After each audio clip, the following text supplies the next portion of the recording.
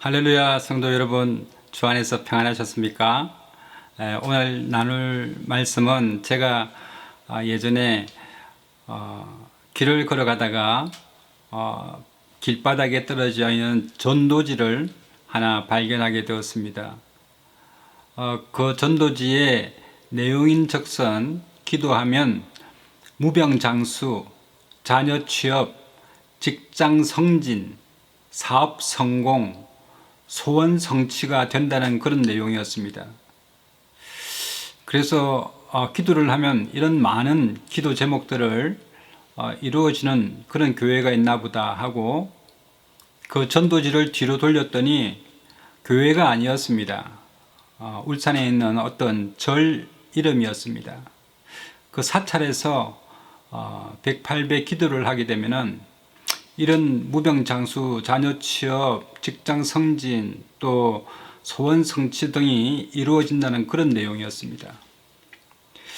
그 포교문을 보고 그럼 교회는 몇 가지 정도를 이루어줄 수 있을까라는 그런 생각을 해봤습니다. 절에 가도 교회에서 기도하는 내용처럼 그 기도가 이루어진다고 하니 교회하고 절하고 비슷한 곳이 아닌가라고 생각을 해보았습니다.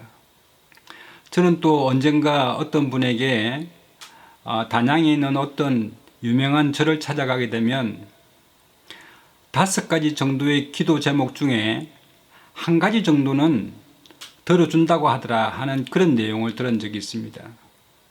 5가지 중에서 한 가지면 기도의 20%가 응답된다는 그런 내용 아니겠습니까?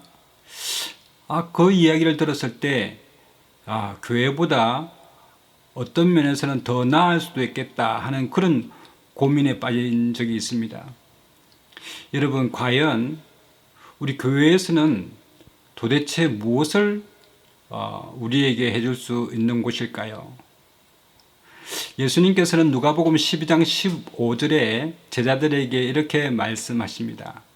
비유로 말씀하시는데 한 부자가 있어서 그 부자가 한 해에 농사를 지었는데 소출이 얼마나 많은지 자기가 생각하면서 이 곡식을 어디다 쌓아둘고 라고 생각하면서 창고를 짓기 시작합니다. 그리고 그 창고를 예전 창고를 다 헐고 새로운 창고들을 짓기 시작해서 곡식과 물건들을 거기에다가 마구마구 쌓아주게 되니 마음에 안심이 생기기 시작했습니다.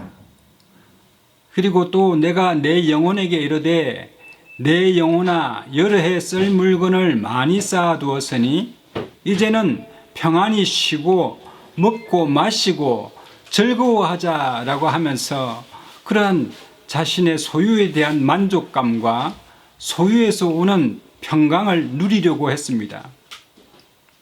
그때 예수님께서는 하나님께서 그 부자에게 이르시되 어리석은 자여 오늘 밤에 내 영혼을 도로 찾으리니 그러면 네가 소유한 예비한 것이 누구의 것이 되겠느냐라는 그런 비유의 말씀을 하셨습니다.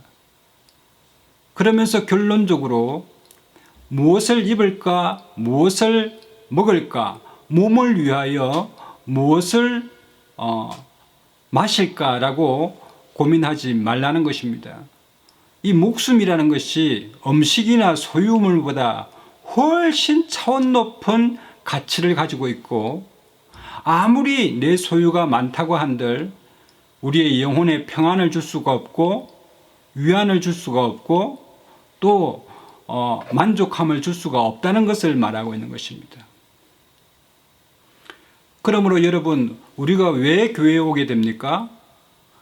교회에 오게 되면은 첫 번째로 여러분, 우리의 모든 죄가 예수님의 십자가의 보혈로 깨끗이 씻음 받게 되는 역사가 일어나게 되면서 죄 씻음 받은 사람에 대해서는 하나님께서는 그를 의롭다 하시고 의롭다 하신 그들을 부르시고 부르신 그들을 영화롭게 하시고 영화롭게 하신 그들에게 하나님의 영원한 생명을 허락해 주시는 것입니다.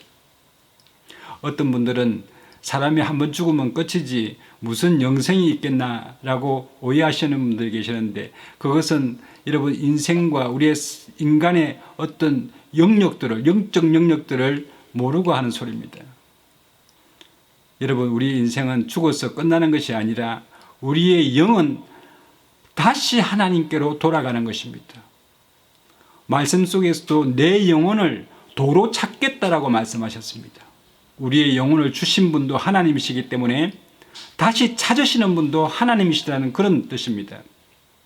그러므로 여러분, 우리 교회에서는 무엇을 해줄 수 있는가? 우리의 과거에 지었던 죄, 그리고 앞으로 지을 수밖에 없는 죄들, 그런 모든 죄악들을 예수님의 십자가의 보혈 앞에 나가서 회개하고 용서를 구하면 깨끗이 씻김 받게 되는 놀라운 기적을 허락해 주시면서, 그 기적을 통하여서 하나님은 우리를 어렵다 하시고 어렵다 하신 그들에게 축복해 주시며, 그 축복은 영생이라는 것입니다. 예레미야서 13장 23절이라는 데가 있는데, 구약 성경에 구스인이 그 피부를 표범이 그 반점을 변할 수 있느냐? 라고 반문합니다. 구스인은 아프리카의 피부가 까만 사람들을 의미하는데, 그 피부를 여러분 어떤 양지물로 깨끗이 씻을 수 있으며 주방 세제로 깨끗이 씻을 수 있습니까? 없습니다. 표범이 반점이 있는데 그 반점을 어떠한 비누나 세제로도 씻을 수 없는 것 같이 우리 영혼에 지었던 죄, 우리의 행실로 지었던 죄들이 씻을 수가 없다고 말하고 있는 것입니다. 여러분, 그 신학자이자 철학자인 폴 리퀘르는 악의 상징이라는 곳에서 이 악의 세 가지 축을 말하면서, 여러분, 흠이 있다. 흠이 있는 것도 악한 것입니다. 또 허물을 가지고 있다. 그것도 악한 것입니다. 또 죄를 지었다는 것, 그건 더욱더 악한 것이죠. 어떤 사람이 나는 그래도 죄를 지은 적이 없어. 그래도 여러분 흠은 있습니다. 허물은 있습니다. 이와 같이 모든 사람이 죄를 범하였음에 하나님의 영광에 이르지 못하더니 죄의 싹은 사망이라고 말하고 있는 것입니다. 여러분, 죄가 있으면 영생을 얻을 수가 없습니다. 하나님 앞에 나아갈 수가 없습니다. 그러므로 로마서 3장 24절에 보면은 그리스도 예수 안에 있는 십자가의 구속으로 말미암아 하나님의 은혜로 값없이 의롭다 하심을 입은 자 되었느니라 라고 말씀하고 있습니다. 하나님의 은사는 그리스도 예수 우리 주 안에 있는 영생이라 라고 말하고 있습니다. 여러분, 사람의 힘으로 하나님의 영광에 도달할 수 있습니까? 사람의 가진 소유물, 돈, 권력, 힘으로 여러분 우리 죄를 깨끗이 할 수 있으며 하나님 앞에 나아갈 수가 있습니까? 전혀 불가능합니다.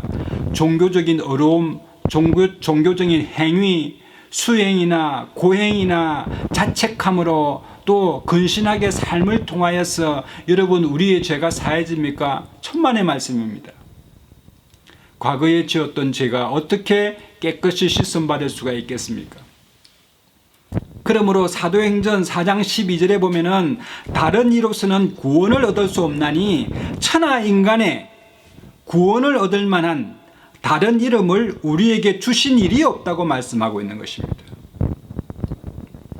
그러므로 여러분, 우리가 죄를 짓게 되면은 파멸할 수밖에 없고, 아무리 소유가 넉넉하고 소원이 성취되고 사업이 번창하고 자녀가 취업이 되고 건강상에 아무런 문제가 없다 할지라도 여러분 죄 사함 받지 못한 사람들은 결국은 허무한 인생으로 끝나게 됩니다. 무가치하고 무의미한 삶을 살다가 그냥 결국은 사망하게 되는 것입니다.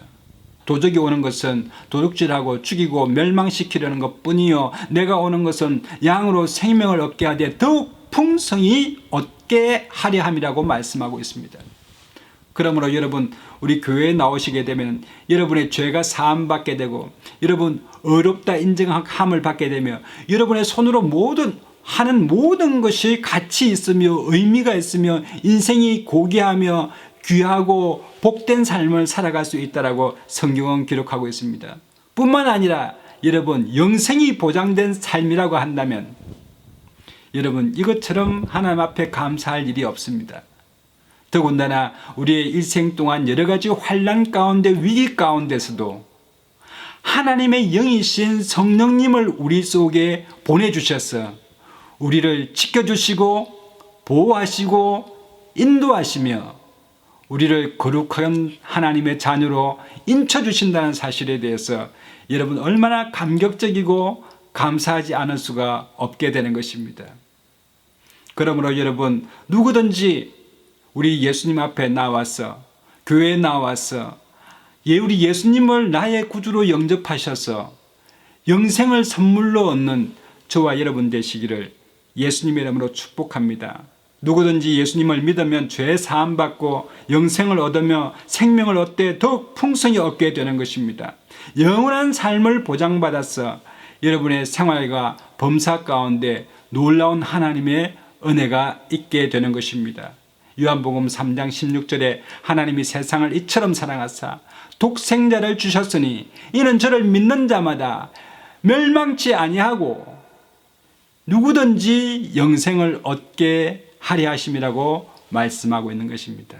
하나님의 말씀을 의심하지 마시고 마음속에 받아들여서서 여러분 영원한 삶을 하나님과 함께 하나님 나라에서 평강 누리면서 또 이 땅에서도 승리하고 아브라함의 축복을 받아 누리는 저와 여러분 되시기를 예수님의 이름으로 축복합니다.